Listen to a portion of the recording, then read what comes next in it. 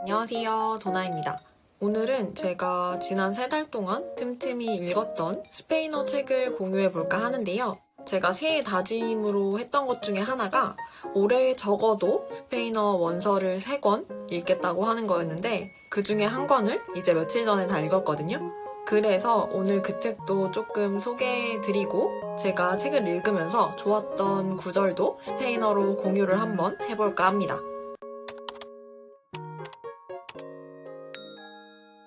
우선 제가 3달 동안 읽었던 책의 제목은 푸른 세계, 너의 혼돈을 사랑하라, 엘 문도 아술, 아마투 카오스 라는 책이고요. 스페인 작가인 알베르트 에스피노사의 단편 소설입니다. 원래는 이제 하드커버로 직접 구매를 해서 밑줄을 치고 그러면서 읽고 싶었는데 한국에서 구할 수가 없어가지고 저는 이북 형태로 킨들에서 구매를 했고요. 핸드폰 어플을 이용을 해서 틈틈이 시간이 날 때마다 책을 읽었습니다. 줄거리를 살짝 말씀드리면 병원에서 18살 생일을 며칠 앞두고 시한부 선고를 받은 주인공이 한 환자가 이야기했던 그랜드 호텔로 떠나게 되면서 이야기가 시작이 됩니다. 이 책에서 그랜드 호텔은 살 날이 며칠 남지 않은 사람들이 모여서 평화롭게 생을 마감하는 곳이라고 하는데요. 주인공은 이곳을 찾아 떠나게 되고 거기서 같은 처지에 놓인 사람들을 만나게 되면서 그들과 잠시나마 남은 생을 어떻게 보내야 하는지 이야기를 나누게 됩니다. 그런데 알고 보니 사실 이곳에는 조금 특이한 규칙이 있었는데요. 비슷한 시기에 온 10명이 한 세대를 구성하고 가장 일찍 도착한 사람이 리더가 돼서 규칙을 정하며 이 사람들과 함께 남은 삶을 산다는 것이었습니다. 주인공은 이 이야기를 듣고 본인이 상상했던 것과는 다르다고 생각을 하면서 본인은 누군가를 이끄는 리더가 되고 싶지 않다고 이를 거부하기도 하는데요. 하지만 결국 주인공은 이전 세대들과 함께 소통을 하면서 남은 삶을 대하는 태도를 배우기도 하고 그들의 죽음까지 지켜보게 됩니다. 제가 이 책을 읽으면서 가장 많이 든 생각은 되게 죽음에 대한 작가의 생각이 책 이곳저곳에 많이 담겨 있다는 것이었는데요. 실제로 이 책의 작가인 알베르토 에스피노사는 14살에 암 선고를 받고 10년 동안 수술과 치료를 반복해서 받았다고 합니다. 작가분의 경험이 책에 반영돼서 그런지 작가의 죽음에 대한 철학이 여기저기 많이 녹아있었던 소설이었던 것 같아요. 뭔가 여러 번 대사를 곱씹으면서 읽어보게 되고 또 생각도 하게 되고 그런 부분이 되게 좋았던 것 같습니다. 그리고 또 이게 소설이기는 하지만 엄청 묘사가 많은 편이 아니라서 읽는 게 그렇게까지 어렵지는 않더라고요. 너무 문체가 화려하고 묘사가 화려한 그런 책들은 사실 일일이 사전을 찾아보면서 읽기에 조금 힘든 점이 있거든요. 근데 그렇지는 않아서 나름대로 이제 술술술 읽혔던 책이었고요. 또 생각을 하게 만드는 그런 문장들이 많아서 저는 개인적으로 되게 좋았던 것 같습니다. 그러면 이제 제가 읽었던 부분 중에서 되게 인상에 많이 남았던 그런 문장들을 보여드리려고 해요. 이북으로 읽다 보니까 직접 이렇게 손으로 뭔가 끄적끄적 할 수 있었으면 좋겠다라는 생각이 들더라고요. 그래서 제가 한국어 책에라도 그거를 적어두고 싶어서 얼마 전에 이제 책을 구매를 해가지고 보면은 여기 밑에다가 이렇게 표시를 하고 스페인어로 조그맣게 문장을 적어뒀습니다. 그래서 오늘 이거를 좀 보고 몇 개 구절을 공유를 해드리려고 합니다. 우선 처음으로 공유해드리고 싶은 문장은 이 주인공이 의사에게서 이제 자기의 살 날이 며칠 남지 않았다는 이야기를 듣고 나서 생각한 부분인데요. El dolor siempre es parecido. 통증은 항상 비슷하다. Cuando llega, 통증이 오면 es insoportable. 참기가 힘들다. Cuando pasa, lo olvidas. 그게 지나가면 잊어버리게 된다. El dolor emocional es justo lo contrario.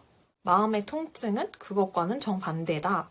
Cuando aparece por primera vez, 처음에 그게 나타날 때는 jamás te imaginas lo que dolerá con el tiempo. 너는 절대로 상상할 수 없을 거다. 시간이 갈수록 그게 아플지.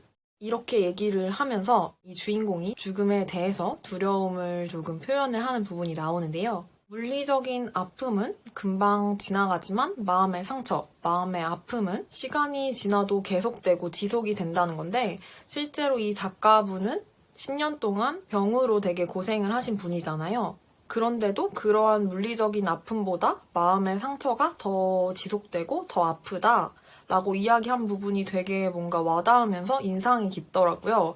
그래서 이 부분이 읽자마자 너무 좋아서 표시를 해뒀고요.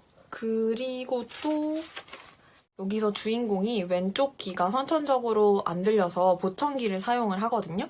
그래서 여기서 그 보청기를 가지고 이야기한 장면이 있는데 표현이 너무 예쁘더라고요. 그래서 이거를 표시를 해놨는데 Me servía para enchufar o desenchufar una mitad de mí con el mundo 라고 해서 그 보청기가 세상과 내 절반을 연결하고 분리하도록 해주었다 라고 하는 이렇게 문장이 나와요. 여기서 enchufar라고 하면은 이렇게 전기 코드에 연결하고 접속하는 것을 의미하는 동사거든요. 세상과 나를 딱 이렇게 연결해주고 접속하게 해주는 것이다 라는 표현이 되게 인상에 남아서 이것도 제가 표시를 해놓고 가지고 왔습니다.